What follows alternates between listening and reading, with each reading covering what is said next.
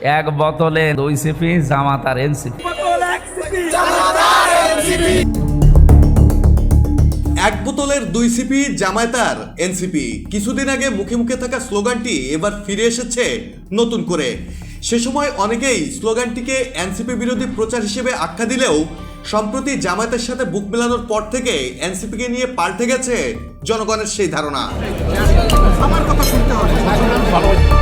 নির্বাচনী ফায়দা হাসিলে স্বাধীনতা বিরোধী শক্তি হিসেবে চিহ্নিত জামায়াতের সাথে জোট বাঁধা এনসিপি এবার নিজেরাই প্রমাণ করলো জামায়াত এবং এনসিপি আসলেই একই বোতলের 2 সিপি।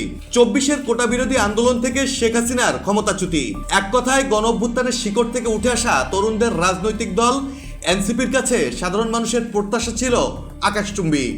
বিভিন্ন সময়ে এনসিপি নেতাদের দেয়া ফ্যাসিবাদ ও ভারত বিরোধী বক্তব্য দারুণভাবে আকৃষ্ট করেছিল সব বয়সের মানুষকে।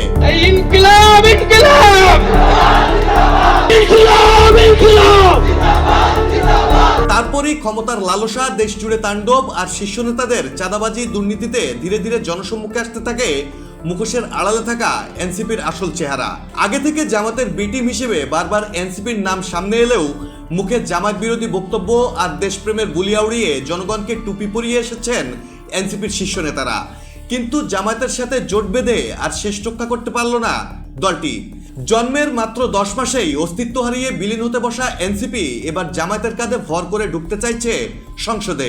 যদিও অন্তর্বর্তী সরকারের উপদেষ্টা পরিষদে থাকা 2 উপদেষ্টা সহ এনসিপির শীর্ষ নেতাদের দুর্নীতি, অনিয়ম, নিয়োগ বাণিজ্য, চাঁদাবাজি, টেন্ডারবাজি সহ সীমাহীন অপকর্মে এরই মধ্যে তাদের থেকে মুখ ফিরিয়ে নিয়েছে সাধারণ মানুষ। আর স্বাধীনতা বিরোধী শক্তি জামায়াতের সাথে হাত মেলানোর পর পুরোপুরি ধসে পড়েছে এনসিপির জনসমর্থনের দুর্গ।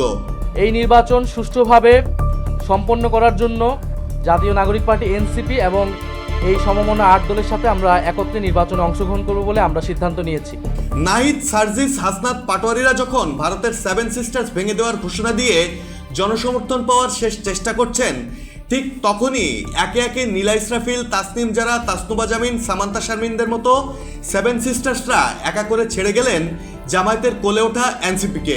স্বাধীনতা বিরোধী শক্তির সাথে আতাত করাতেই ক্ষুব্ধ হয়ে এনসিপি থেকে বিদায় নেয়ার প্রত্যক্ষ পরোক্ষ ইঙ্গিত দিয়েছেন এসব নারী নেত্রীরা। উন্নয়নই একটি জাতির আসল উন্নয়ন নয়। সাম্প্রতিক ঘটে যাওয়া একের পর এক এসব ঘটনায় রীতিমতো ভাটা পড়েছে এনসিপি ও জামায়াতের ভোটের পালে। বিএনপির মতো রাজনৈতিক বটবৃক্ষের প্রতিদ্বন্দ্বী ভাবা জামায়াত এনসিপি এখন নিজেদের অস্তিত্ব নিয়েই পড়েছে চরম সংকটে, যার প্রমাণ হতে পারে আগামী নির্বাচনে তাদের ভরাডুবির মধ্য দিয়ে। কথা স্পষ্ট করে বলে দিতে চাই, ভারতের যারা সেপারেটিস্ট আছে, বাংলাদেশে আমরা